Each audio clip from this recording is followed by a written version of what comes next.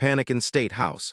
Mnangagwa's Vatican dash to outrun Chiwenga. The 31st of August 2025. Spread the Love by Leslie Kane Banda, Harare. When President Emerson Mnangagwa abruptly set course for the Vatican, speculation erupted across Harare's corridors of power. Why the urgency? Why now? Was it diplomatic courtesy? Or something deeper, even mystical, driving the Zimbabwean leader's dash to Rome? A visit shrouded in urgency. Unlike carefully choreographed state visits, Mnangagwa's appearance in Rome carried an air of haste. Greeted not by high-ranking cardinals, but by a junior priest. The optics left many puzzled. What was so pressing that it could not wait for protocol and preparation? Insiders suggest the explanation lies not in diplomacy, but in growing paranoia inside State House. Only days earlier, Vice President Constantino Chiwenga had returned from Italy, officially for medical treatment and meetings. But rumors swirl that he too brushed shoulders with Catholic heavyweights. Fear of transferred power. In Zimbabwe, political power has long been entangled with the spiritual. Authority is not only about the ballot, the army, or the constitution. It is also about blessings, rituals, and unseen forces. Within that context, Mnangagwa's rush to Rome takes on a symbolic meaning.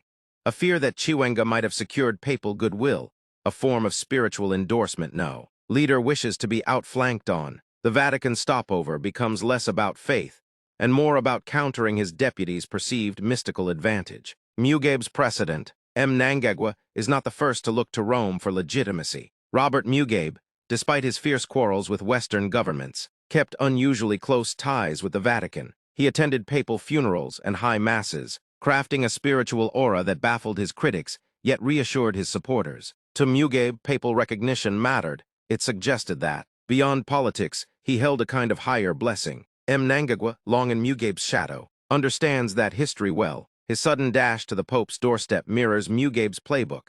Use Catholic symbolism to fortify shaky ground at home. The battle for mystical capital. In Zimbabwe's political imagination, encounters with the Pope are not just diplomatic gestures. They are transactions in mystical capital, the invisible currency of spiritual authority. A photo, a handshake, a papal nod can be spun into armor against rivals and balm for a restless population. Mnangagwa's urgency suggests more than insecurity. It reveals a deeper battle within ZANU-PF's inner circle.